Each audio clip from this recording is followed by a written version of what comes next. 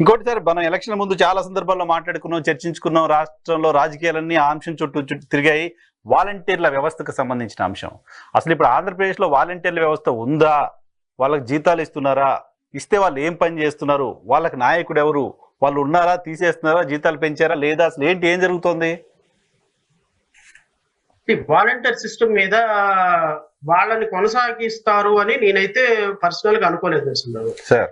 ఎందుకంటే volunteer system అనేది జగన్మోహన్ రెడ్డి యొక్క ఒక personal agenda, personal project volunteers. ఆ పర్సనల్ ప్రాజెక్ట్ లో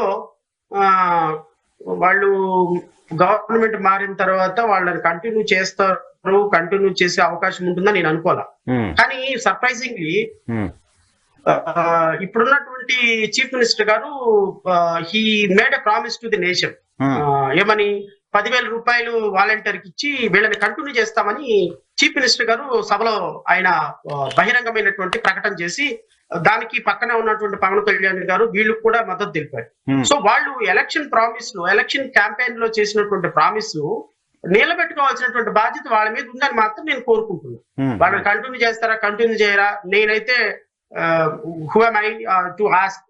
బట్ ఒక రాజకీయ పార్టీ అధ్యక్షుడిగా మేము కూడా కొద్దిగా ప్రజల పట్ల కన్సర్న్ ఉన్నటువంటి వ్యక్తులుగా ఒక 2,30,000 మంది ఒక ప్రభుత్వాన్ని నమ్ముకొని, లేకపోతే ఒక జగన్మోహన్ రెడ్డిని నమ్ముకొని, సింప్లీసే వాళ్ళు ఒక ప్రభుత్వంలో 5,000 రూపాయలకో 10,000 రూపాయలకో ఒక ప్రభుత్వాన్ని నమ్ముకొని వాళ్ళు వచ్చిన తర్వాత, వాళ్ళు 5 సంవత్సరాలు సర్వీస్ చేసిన తర్వాత వాళ్ళు మీరు మళ్ళీ ఎలక్షన్ ప్రామిస్ లో మళ్ళీ మీరు వాళ్ళని కంటిన్యూ చేస్తామని వాళ్ళకి అష్యూరెన్స్ ఇచ్చి 10,000 రూపాయలు చేస్తామని వాళ్ళకి అష్యూరెన్స్ ఇచ్చిన తర్వాత ఇప్పుడు వాళ్ళని ఆగమ గోచరంలో వాళ్ళని డైలమాలో పెట్టడం అనేది మంచి పద్ధతి కాదు.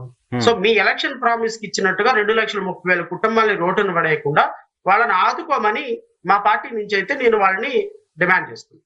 ప్రభుత్వం కూడా ఇక దానిపై క్లారిటీ ఇవ్వట్లేదు. మరి ఏం చేస్తారు ఏంటనేది చూడాలి.